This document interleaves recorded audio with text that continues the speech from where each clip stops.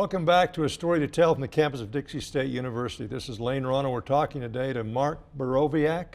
Did I pronounce that right? Excellent. Excellent. Would you tell my wife? Excellent. If you'll tell mine. Yes. I think I told her once. How you doing? I'm doing great. It's great to finally be doing this. I know we talked about it a couple times a while back, and I didn't think I had enough of a story to tell, but a few more things have happened since then, so I've got a little more to talk about. Well, it's quite amazing that everybody says the same thing. Well, I don't have anything to talk about. And when it's over with, they say, is it over already? Well, Mark, tell me a little bit about yourself, who you are, where you came from, what you're doing. Sure. I'm originally from Cleveland, Ohio. So no Cleveland jokes, please, while we're here. I don't know any. Oh, well, there's a lot of them out there.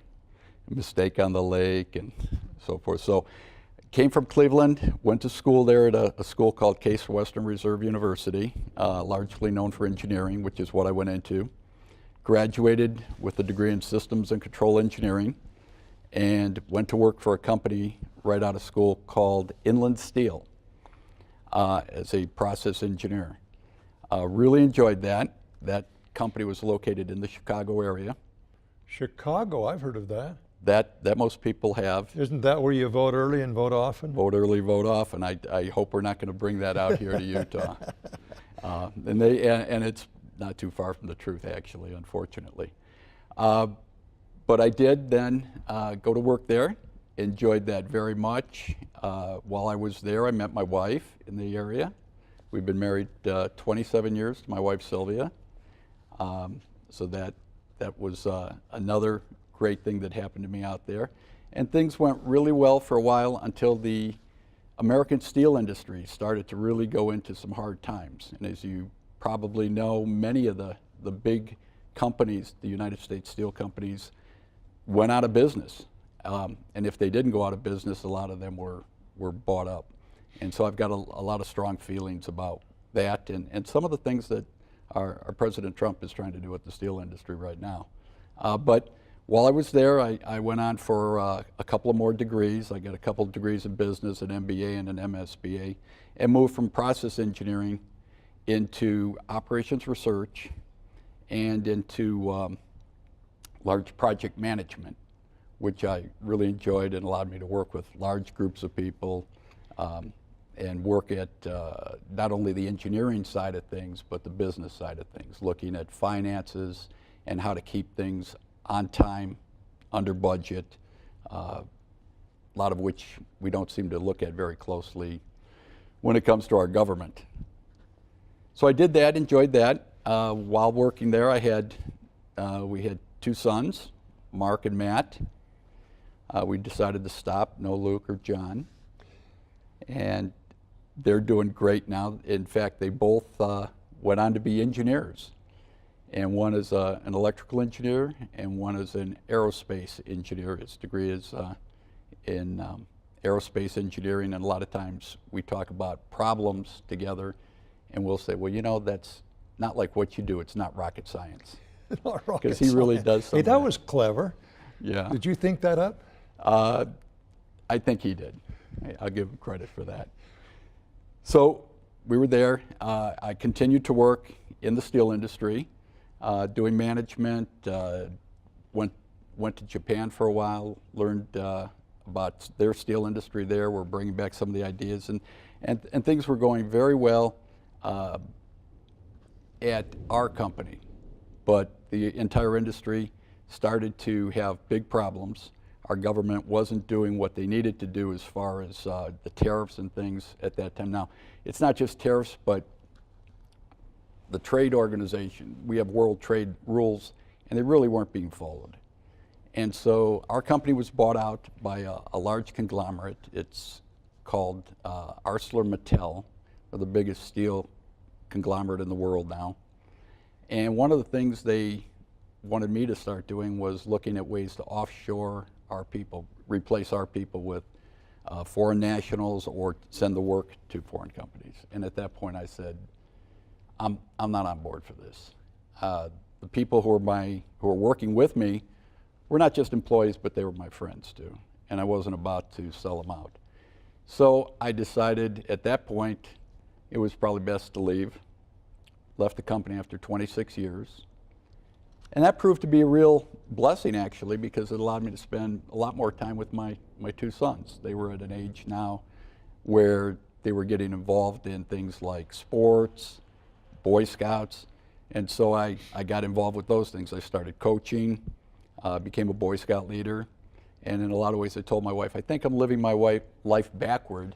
I'm going back to what I used to do as a kid, and I really, really had a good time doing that. And I'm really happy I had the opportunity to spend the time with them because it goes so fast. They're grown now and away, and so I'm glad that I ended up doing that. And while doing that, I realized that I really enjoyed spending time with kids, and decided, well, I'm pretty good at math. I like spending time with kids. How about a math teacher? I think we need some people who have actually used math in the real world, who can teach math and know how it's applied. Because you always hear in math classes, how am I ever going to use this? And so I felt I could answer that question and say, this is how you're really going to use it. So I went back to school, got a master's degree in secondary education. So how many degrees did that make? That was 4. 4, okay. 4 degrees at that point. I joke with my wife, I say, I've been out of school now for about a decade. I think it's time. I need to get back to school. I love learning. And it's one of the reasons I'm doing what I'm doing with the plan to go into government, which I talk about in a couple minutes. But just to kind of wrap this story up, went in, started teaching in the inner city, where This is in Chicago? it was called East Chicago. East Chicago. And it's a very poor area. 100% of the students were on free and reduced lunch. But the students, people say, wow, wasn't that hard? Wasn't that difficult working with those kids? No, the kids were great. Kids were like kids anywhere if you relate to them and treat them well. And so I had no problem dealing with the students. Administration, not so much. Mostly the grown-ups. The other teachers were great, but there's a big problem with administrators. So that went on for a while, and eventually retired and moved out here. As soon as my boys got into college, we said, we had been out here before, said this is beautiful country. We hadn't seen anywhere in the US or even around the world that we thought was as beautiful as Utah. So we've really got something special here, and we want to preserve it, we want to keep it, we want to make it better. So that's why we decided to move out here, and I retired. And that How was long have you been end here? of phase 1. Phase 1. How long have you been here? We've been here since 2013. And we love it. We love the hiking. We love the outdoors. There's just so much to see. We were just up at Dinosaur National Monument. Saw that, and that was fantastic. And there's just, I don't think we'll get to see it all in our lifetime. There's so many places to hike and look at. Utah is a beautiful state. Everywhere you look, it's really sad that we're being overrun by outsiders. I shouldn't have said that, should I? I'm kidding. You knew I was kidding, but the traffic is getting pretty bad. We have to watch how we're growing, and that's one of the reasons that, as I said, the next phase of what I did was I wanted to start being of service. I said, I've got the time now. I've got, I think, a unique combination of skills, and I'm old enough where I think I've developed a little bit of wisdom. I'd like to be of service, and since I was concerned about how things were growing, I thought, well, the Planning Commission seems like a logical fit. So I talked to Mayor Bramall of Hurricane, our Hurricane mayor, wonderful man, and he appointed me to the Planning Commission. There was an open spot, and I've been serving on there and really enjoyed it. It's a great group of people, and we're trying to make good decisions, good meaning, manage the growth within the city. We know we need growth, but you want to manage it and do it in the right way, and do it in a way that's good for all the people. So that was the first step in to kind of public service. The next thing I did was I got involved with the Washington County Republican Party, because I thought, well, let me try to look at the picture even a little bit broader. So I got involved there on the county level, started going to some of their meetings. They elected me vice chairman of Legislative District 71. That's the district I live in, up by Hurricane and beyond, actually. And that was really enjoyable. I got involved learning about the caucus convention system at that point, and enjoyed, all the work I was able to do with that committee. But I found I really still wasn't getting to make the impact that I wanted to. There were still issues out there that concerned me. So I said, well, how can I get involved? And I went to a brunch actually. It's the Lincoln Day brunch that's put on by the Washington County Republican Party. And our governor was there, Governor Herbert, and he talked about, well, if you don't like how things are going, get involved. Don't sit there on the couch and complain. And I said, I'm kind of sitting here complaining. And then the following Sunday, my pastor started talking during his sermon about, if you have talents and you can help and you're not, that's really committing a sin. You're not getting out there and helping your fellow man the way you could. And I thought, wow, I'm 2 in a row now. I think I ought to get off my duff and see what I can do. So I looked at state rep and I said, that's a position that I think I can broadly help a broader group of people and on some of the issues that were really of concern to me. So I decided to make a run for state representative. In 71. In District 71, which includes Hurricane, is kind of probably the biggest city there, but there are a lot of other cities, and I'm reluctant to mention them because I'll probably leave 1 or 2 out, but Hilldale's involved, Apple Valley, New Harmony, all the way up to Enoch is involved. The district is drawn very strangely, but it is what it is, and those are the people in the district. Laverque and Virgin are all part of that district. So I'm anxious to see what the people are really concerned about, work with them, and I've already had several meetings. Was able to talk with a number of the delegates coming out of the caucus system, which I could talk a lot about actually. We could have a whole show on that. And went up to the convention and did well enough. If people who understand the caucus convention system, you need to get at least 60% to come out on top. Well, neither mine nor my opponent came out with 60% of the vote, so now we both move on to a primary election, and that'll be held the last Tuesday of May, where the two of us will face off. The last Tuesday of May? I'm sorry, the last Tuesday of June. June. I'm moving it up. Well, that's okay. There's an option to get signatures, isn't there? There is. The way the law reads, and this is a fairly new law that was passed, it's called SB 54. And SB 54 says you can go 2 different routes to get into the primary. You can either go through the traditional system that we have here in Utah, which I hope many people will go out and research a little more. It's a wonderful system. It's really supports our representative form of government, and it really allows delegates to get to know the candidates. That's one path. They said we're also going to have another path, and you can just gather signatures, and if you gather, I believe it's 1,000 for this position, you can get onto the ballot and completely bypass this process. I said I'm not going to use that because I don't believe in that. There's a lot of conflicts going on right now having to do with that process, that system. And if I were elected, I would certainly be fighting to get a repeal of Law SB 54, which is what's allowed people to completely circumvent the caucus convention system and just go right to the primary. The problem with that, many people think, well, that's a good thing. People will decide. It really favors, there are 2 problems. One, it favors somebody who has many resources.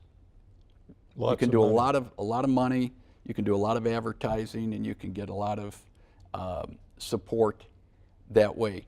The other thing that's really nice or really important about the caucus system is you elect representatives from your neighborhood. Every neighborhood, we call them precincts, elects 2 or 3 delegates.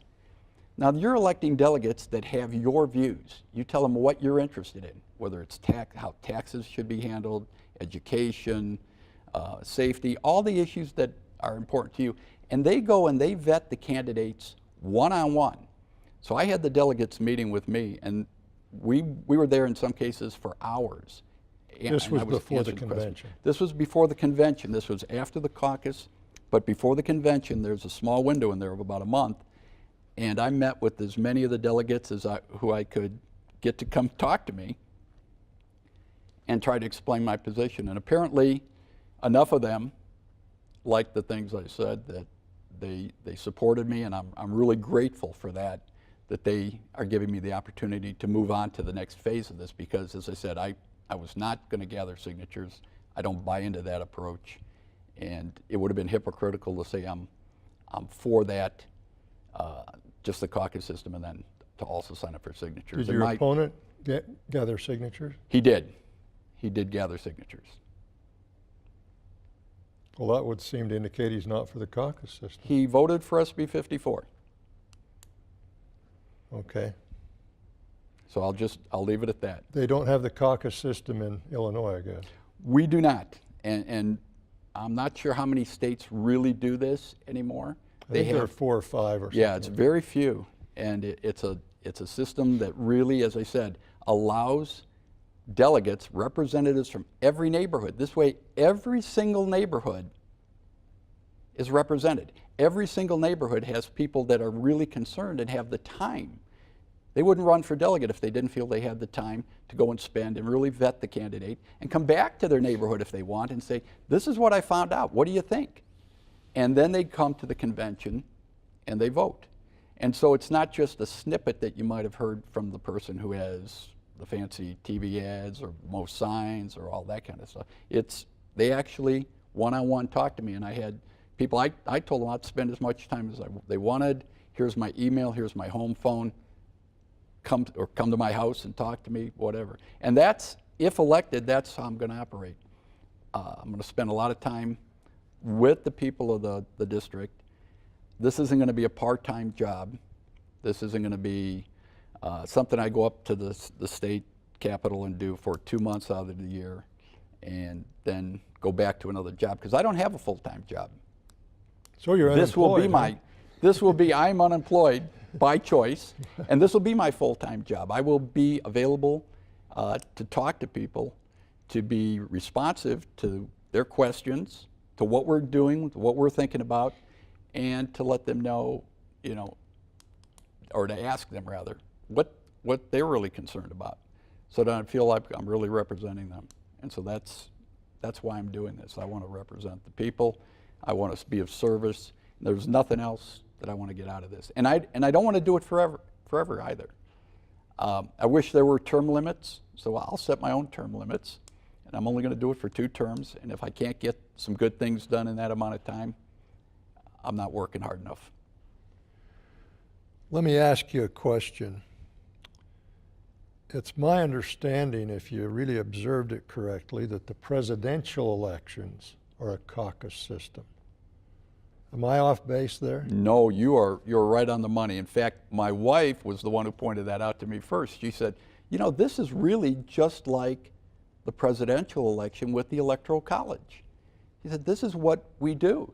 And if we didn't have this on a presidential level, we wouldn't have the president we have right now, because the big areas with the, busing in their voters and the heavy support, they would have swayed it just on the 2 coasts, and states like Utah would have been irrelevant.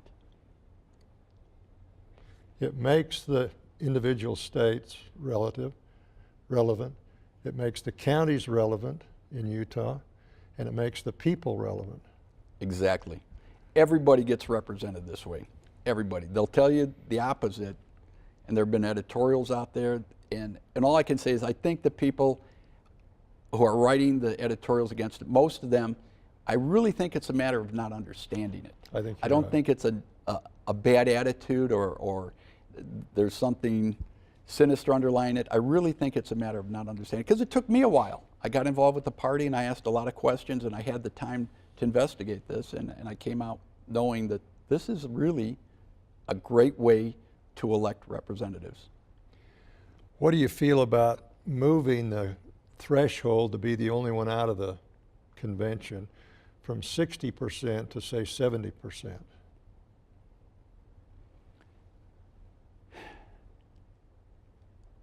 Now, let me tell you the background on that. I ran for state treasurer 100 years ago. Well, it was quite 100 years ago. But in those days, you had to get 80% to come out of the convention alone.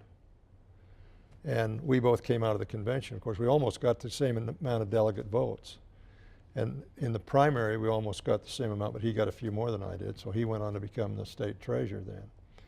But I believe that one of the problems that's agitating for the 54 is the low level that you have to, threshold that you have to come out alone.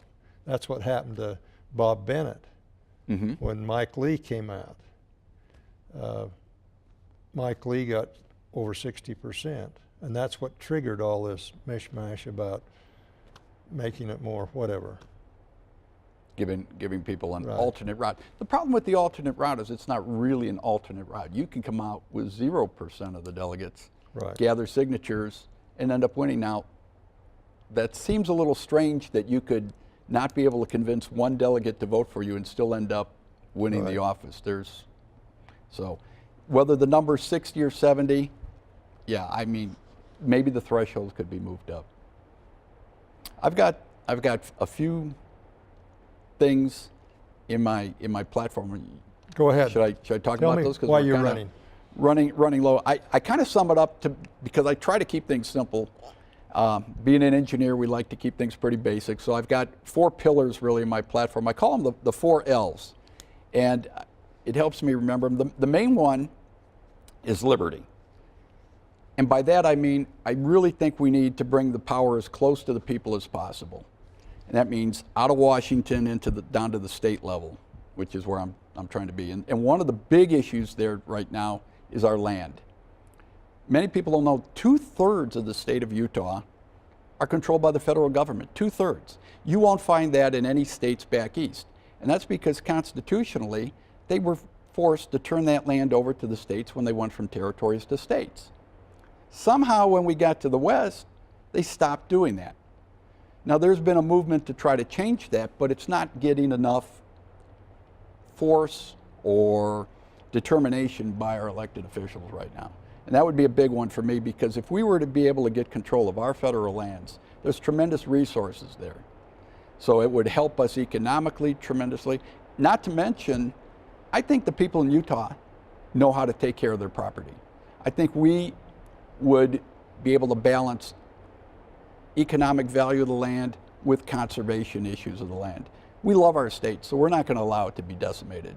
So that argument that the federal government has to manage it is not a good one. Secondly, wasn't there a contract that they were supposed to turn it over when we became a state? Absolutely. It's part of the Constitution, actually. Right. And I spent some time with a gentleman who you interviewed on this program, Bill Howell. Right. And he was nice enough to spend a lot of time with me. I'd like to spend a lot more with him. He's hearing that now, so he's saying, oh no, I'm going to have to talk to Mark Borowiak some more. But I'm out to learn, as you know. I like going to school and I like learning, and I'm going to learn more about this issue and how we can push it forward. The next L is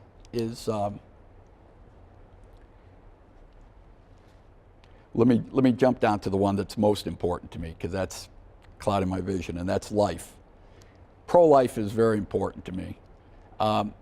We've got abortion laws on our books that are absolutely ridiculous right now, with a Republican-controlled legislature and a Republican governor, and we can't have any kind of pro-life law beyond having late-term abortion, and it's in the Republican platform.